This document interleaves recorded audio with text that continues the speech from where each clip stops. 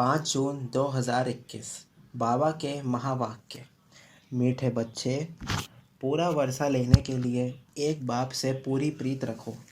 तुम्हारी प्रीत किसी भी देहधारी से नहीं होनी चाहिए। प्रश्न: जो अपने देवी संप्रदाय के होंगे उनके सामने कौन से अक्षर घूमते रहेंगे? उत्तर: जब तुम उन्हें बताएंगे कि बाप को याद करने से विकर्म विनाश होते हैं और देवी देवता धर्म की स्थापना होती है, तो यह अक्षर उनके सामने घूमते रहेंगे। उनकी बुद्धि में आएगा हमें देवता बनना है, इसलिए हमारा खान पान भी शुद्ध होना चाहिए। गीत। भोलेनाथ से निराला। ओम शांति।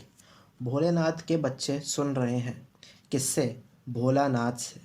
भोलानाथ शिव को ही कहा जाता है, उनका नाम ही शिव है।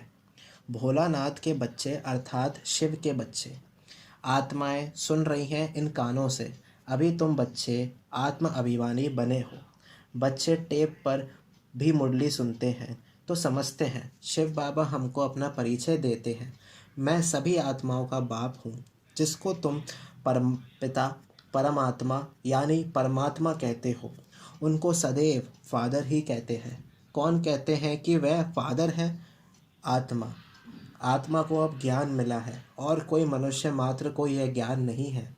हम आत्मा को दो बाप हैं, एक साकार एक है निराकार। वह परम पिता है, यह समझानी और कोई दे ना सके। बाप के सिवाय और कोई ये पूछ ना सके, बाप ही पूछते हैं। तुम जो कहते हो परम पिता परमात्मा गॉड फादर, वह तुम किसके लिए कहते हो? क्या लौकिक बाप के लिए व पारलौकिक बाप के लिए? लौकिक फादर को गॉड फादर कहेंगे। हिंदी में अक्षर भी है परम पिता। वह तो एक ही निराकार है, ईश्वर प्रभु व भगवान। कहने से बाप सिद्ध नहीं होता। गॉड फादर अक्षर अच्छा है। आत्मा ने कहा वह हमारा गॉड फादर है। लौकिक फादर तो सिर्फ शरीर का बाप है। तुम सबसे पूछा जाता है तुमको कितने फादर्स हैं? एक है लौकिक, दूसरा है पारलौकिक। दोनों में बड़ा कौन? ज़रूर कहेंगे पारलौकिक फादर। उनकी महिमा है। सब पतितों को पावन बनाने वाला पारलौकिक बाप। यह भी अभी तुम समझते हो, दुनिया में यह कोई भी नहीं समझते। बाप ने समझाया है तुमको पारलौकिक बाप से प्रीत है। औरों की है विनाश काले विपरीत बुद्धि। विनाश का अभी समय है। वही महाभारत की लड़ाई अब लगनी है। एरोप्लेन, टैंक्स आदि एक दो को सप्लाई कर रहे हैं, सबको देते जाते हैं। पैसे से जिसको जो चाहे उनको देते जाते हैं। उधार पर भी लेते हैं तो प्लेन, बारूद आदि ये सब खरीद करते हैं। ये सब चीज़ें बड़ी महंगी होती हैं। विलायत वाले बनाते हैं, वह फिर बेचते रहते हैं। भारतवासी थोड़े ही एरोप्लेन आदि बेचते हैं। ये सब चीज़ें बाहर से आई हैं। अब जो चीज़ खरीद करेंगे सो ज़रूर काम में लाएंगे, फेंकने के लिए थोड़े ही लेंगे। वह है विनाश काले विपरीत बुद्धि। यादव संप्रदाय जो यूरोप में रहते हैं, उसमें सब आ गए। भारत तो अविनाशी खंड है, क्योंकि अविनाशी बाप का बर्थ प्लेस है। बाप आते ही तब हैं जब पुरानी दुनिया ख़त्म होनी है, और जन्म वहाँ लेते हैं जहाँ कभी ख़त्म नहीं होना है। बाप आया था तब तो शिव जयंती मनाते हैं, परंतु उन्हों को ये पता नहीं है कि शिव बाबा कब आते हैं। आते भी उस समय है जबकि विनाश के लिए तैयारियां हो रही हैं। अब बाप कहते हैं वह हैं यूरोपवासी यादव संप्रदाय जो सतयुग में होते नहीं, ना बौद्धि न क्रिश्चियन आदि होते हैं। अब बाप कहते हैं उन्हों की है विनाश काले विपरीत बुद्धि, क्योंकि परमात्मा बाप को सर्वव्यापी कह देते हैं। तुम हो विनाश काले प्रीत बुद्धि। तुम बाप को जानते हो, तुम समझते हो। हमने 84 जन्म लिए हैं। 84 जन्मों में पाप आत्मा तमो प्रधान बन गए हैं। भारतवासियों ने ही 84 जन्म लिए हैं। अब नाटक पूरा होता है, सबको वापस जाना है। तुमको बाप राजयोग सिखा रहे हैं। यह है सबकी कयामत का समय अर्थात मौत का समय। तो उन यादवों की भी ईश्वर से प्रीत नहीं है, इसलिए विनाश काले विपरीत बुद्धि कहा जाता है। कोई भी देहधारी मनुष्य से प्रीत नहीं लगानी है। वह तो है रचना, उससे वर्षा मिल ना सके। भाई को भाई से वर्षा थोड़े ही मिलता है, यह तो अच्छी रीति से समझाया है। तुम बच्चे अभी समझते हो, उनकी है विनाश काले विपरीत बुद्धि और तुम्हारी है प्रीत बुद्धि।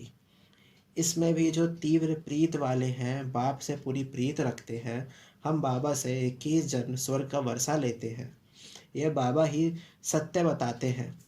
और कोई से प्रीत नहीं रखनी है। जब नया मकान बनाते हैं तो फिर नए मकान से प्रीत लग जाती है। समझा जाता है पुराना मकान टूट जाना है, तो हम भी पुरानी दुनिया से दिल तोड़ते जाते हैं। बाप समझाते हैं, दिन प्रतिदिन वायुमंडल खराब होता जाएगा, देखते हो कितने हंगामे होते हैं, तो समझेंगे कि बस अभी ये खल्लास होते हैं। हमको जाना है नई दुनिया में, तो नई दुनिया को याद करना पड़े। बेहद के पाप और वर्षे को याद करना है, और कोई को याद करने से कुछ मिलेगा नहीं। मनुष्य भक्ति मार्ग में तो कितना याद करते हैं, माँ बाप मित्र संबंधियों को याद करते हुए भी फिर देव देवताओं को कितना याद करते हैं। पानी में स्नान करते हैं, उनको पतित पावनी कहते हैं, दिखाते हैं तीर मारा और गंगा निकल आई। गंगा जल मुख में देते हैं, समझते हैं थोड़ा भी गंगा जल मिलने से मुक्ति को पालेंगे। बाप कहते हैं, यहाँ है ज्ञान की बातें, तुम थोड़ा भी ज्ञान सुनते हो तो फल मिल जाता है। यह ज्ञान सुनने की बात है, अमृत पीने की चीज़ नहीं है, यह नॉलेज है। ऐसे नहीं समझो कि भोग के दिन अमृत पिलाते हैं, नहीं, वह तो मीठा पानी है। बाकी यह है ज्ञान की बात। ज्ञान अर्थात बाप और सृष्टि के आदि मध्य अंत को जानना। यह सृष्टि चक्र कैसे फिरता है, कौन 84 जन्म लेते हैं, सब तो ले ना सके। पहले पहले भारतवासी ही आते हैं, वही पूरे 84 जन्म लेते हैं। जो देवता थे वही 84 जन्म भोग पतित बन जाते हैं। बाप आकर फिर कांटों से फूल बनाते हैं। मनुष्य देह अभिमान में आकर 5 विकारों में फंस पड़ते हैं।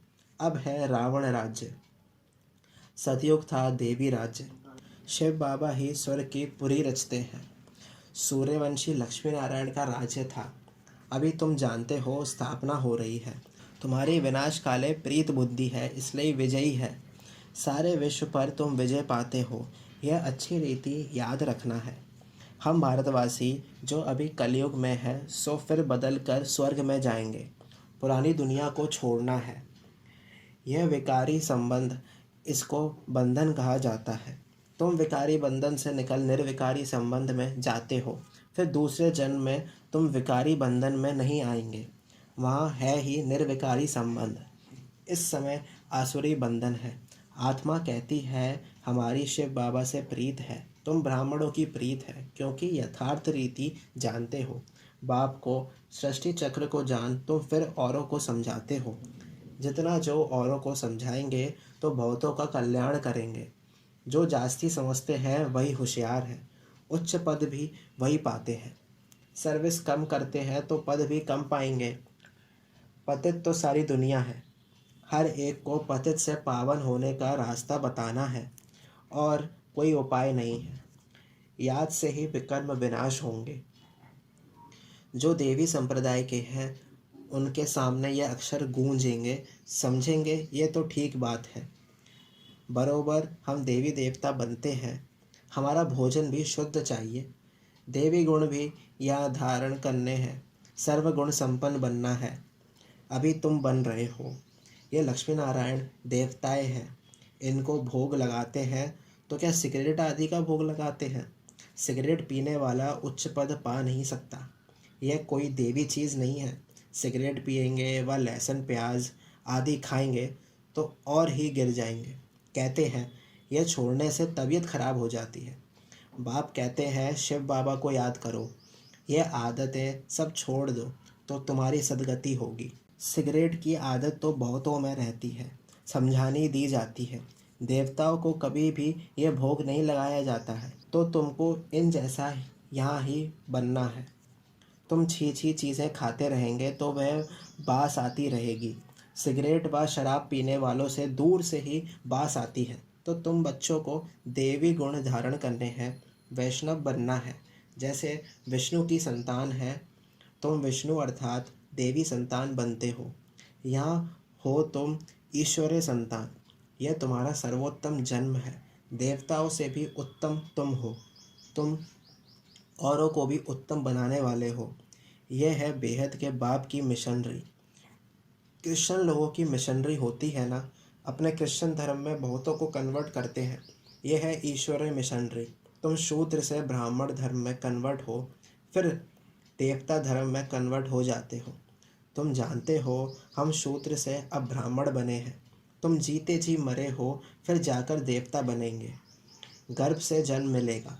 यहाँ तुमको बाप ने धर्म का बच्चा बनाया है, धर्मात्मा बनाने। बाप ने तुमको अपना बनाया है। बच्चों को बाप सिखलाते हैं, ब्राह्मण से फिर देवता बनते हैं।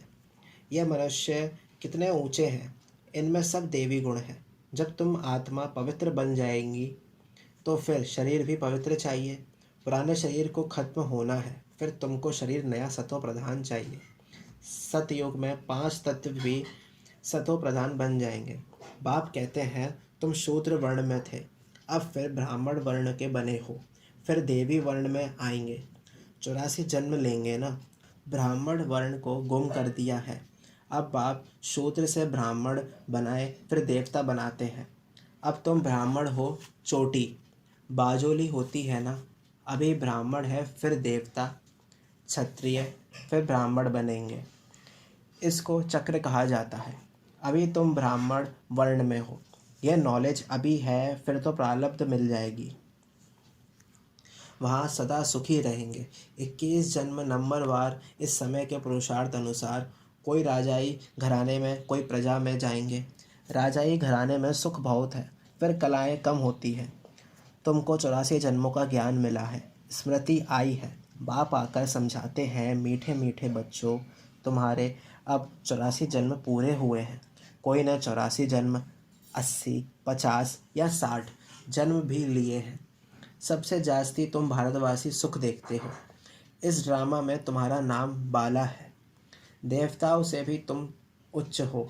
तुम जानते हो हम सो पूज्य बनते हैं। सतयुग में हम किसको भी पूछते नहीं, ना हमको कोई पूछते हैं। वहाँ हम हैं ही पूज्य, फिर कलाएं कम होती जाती हैं। हम पूज्य से फिर पुजारी बन माथा टेकते हैं।